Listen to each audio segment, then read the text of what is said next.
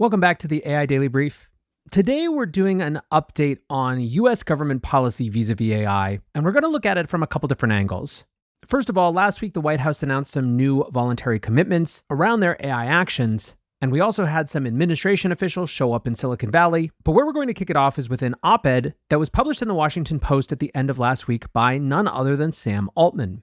Taking a small page from our long reads type episodes in the weekend, we're going to kick this episode off with a quick reading of this piece, Who Will Control the Future of AI? Subtitle, A Democratic Vision for Artificial Intelligence Must Prevail Over an Authoritarian One. So we'll talk about that and then weave in the other news to it as well.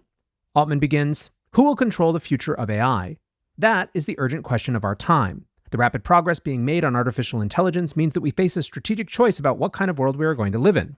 Will it be one in which the United States and allied nations advance a global AI that spreads the technology's benefits and opens access to it? Or an authoritarian one, in which nations and movements that don't share our values use AI to cement and expand their power? There is no third option, and it's time to decide which path to take.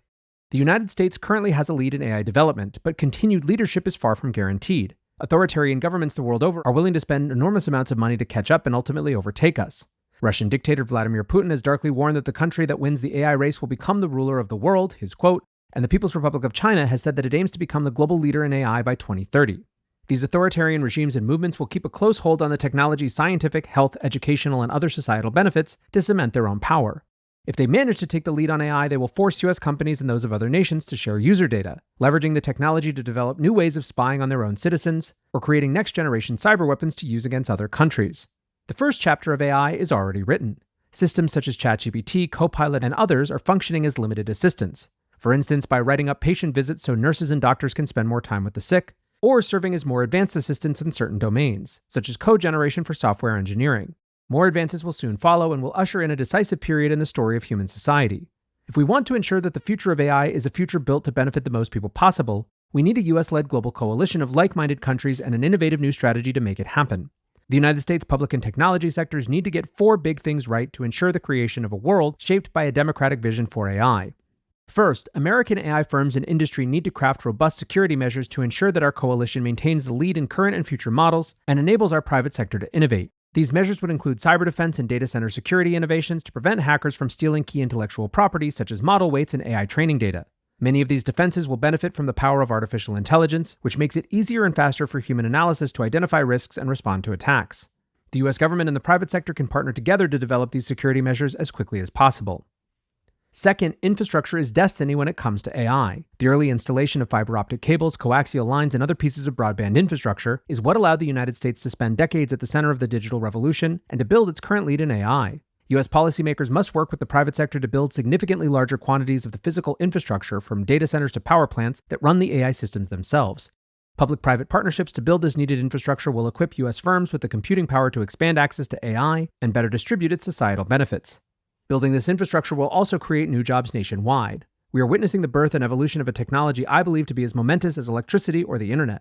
AI can be the foundation of a new industrial base it would be wise for our country to embrace.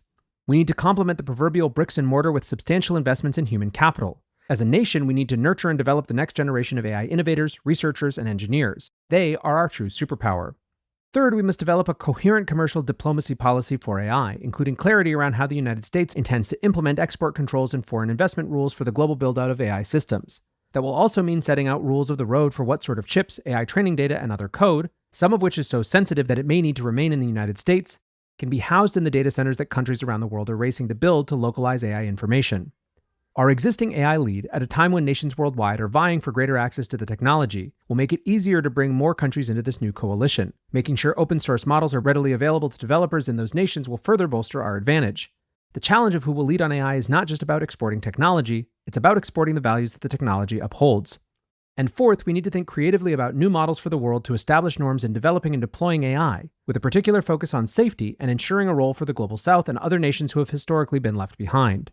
As with other issues of global importance, this will require us to engage with China and maintain an ongoing dialogue. I've spoken in the past about creating something akin to the International Atomic Energy Agency for AI, but that is just one potential model. One option could knit together the network of AI safety institutes being built in countries such as Japan and Britain, and create an investment fund that countries committed to abiding by democratic AI protocols could draw from to expand their domestic computer capacities. Another potential model is the Internet Corporation for Assigned Names and Numbers, which was established by the US government in 1998, less than a decade after the creation of the World Wide Web, to standardize how we navigate the digital world. ICANN is now an independent nonprofit with representatives from around the world dedicated to its core mission of maximizing access to the internet in support of an open, connected, democratic global community. While identifying the right decision-making body is important, the bottom line is that democratic AI has a lead over authoritarian AI because our political system has empowered US companies, entrepreneurs, and academics to research, innovate, and build. We won't be able to have AI that is built to maximize the technology's benefits while minimizing its risks, unless we work to make sure the democratic vision for AI prevails.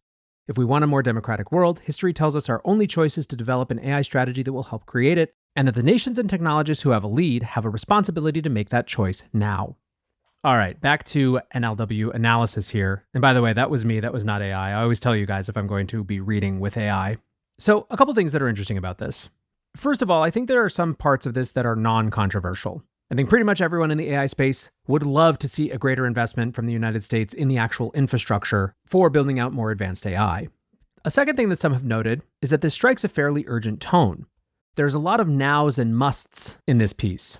And clearly, given that it's in the Washington Post, it is focused squarely on the Beltway elite. Now, where it gets into big thorny questions is around these questions of open source, I think. The entire story of last week, all the big news from Mistral and of course even more Meta's Llama release, was all about the advances in open source and how it had largely closed the gap with closed source models. One of the great skepticisms people have when Altman or others from OpenAI advocate for non-open models or for controls on what people can and can't share is that it seems to them like an attempt at regulatory capture.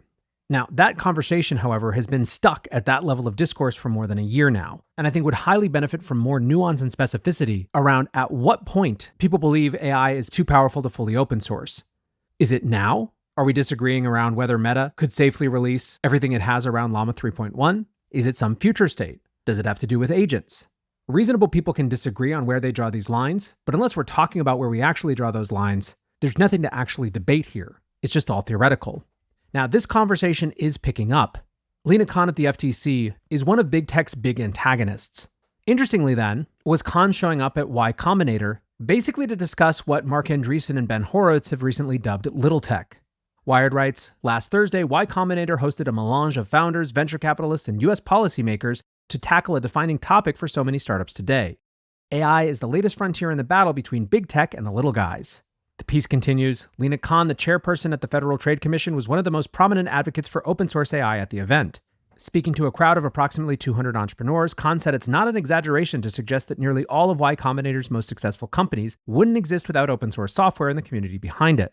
The FTC has been focused on defining and exploring open weights AI models, which are slightly less open than fully open source AI models. With open weights models available to them, quote, smaller players can bring their ideas to market, Khan suggested. Khan also clearly articulated the stakes for this particular crowd. Conditions have allowed the biggest technology companies to get a leg up in the AI race. If you control the raw materials, you can control the market and shut out smaller companies who don't have the infrastructure to compete. Now, there is a lot to debate here, a lot more than we can get into in the context of this episode. One of the questions, for example, that Khan's perspective brings up, especially when compared with Altman's essay, is will creating restrictions on the big companies in the name of allowing smaller companies to compete actually net slow down advances towards the frontier of AI in a way that harms competitiveness with other global powers? There are also economic questions. One of the big issues in venture capital right now is that the pipeline from startup funding, certainly to IPO, but even right at this moment to exit via acquisition, feels more closed than it has in a long time. And that's going to come back to where and how startups raise money. But at least the debate is being had, and at least Khan is engaging directly with Silicon Valley. That's something that we haven't seen as much of over the last 4 years. And as someone who thinks in general that more rather than less engagement almost always produces better outcomes, I think it's a good thing. One of the things we've noted this year is that the conversation around AI policy in DC seems to have quieted down a bit. Now, it feels like that's mostly about election season and the general quiet down in everything related to policy. But it's not like there's nothing happening at all. On Friday, the White House announced that Apple had become the latest signatory of the voluntary commitments that they had set up with the AI industry. They also said that federal agencies reported that they completed all of the 270-day actions in their executive order on schedule, following their on-time completion of every other task required to date. Now, to be clear, a lot of those 270-day goals are still intermediary, but it does show that behind the scenes, some amount of at least self-defined progress is happening. Now, it does make sense that Apple has signed on as they get prepared to release Apple Intelligence, although as we heard in the headlines, that release is coming a little bit later than we had hoped. Apple didn't appear to really say anything else about the commitment, and so perhaps it's fairly pro forma. So anyways, that is the story for today. Some important conversations that have been on a fairly low hum recently, starting to pick up a little bit more traction. I will, of course, keep you posted as that conversation evolves, and I appreciate you listening or watching as always. Until next time, peace.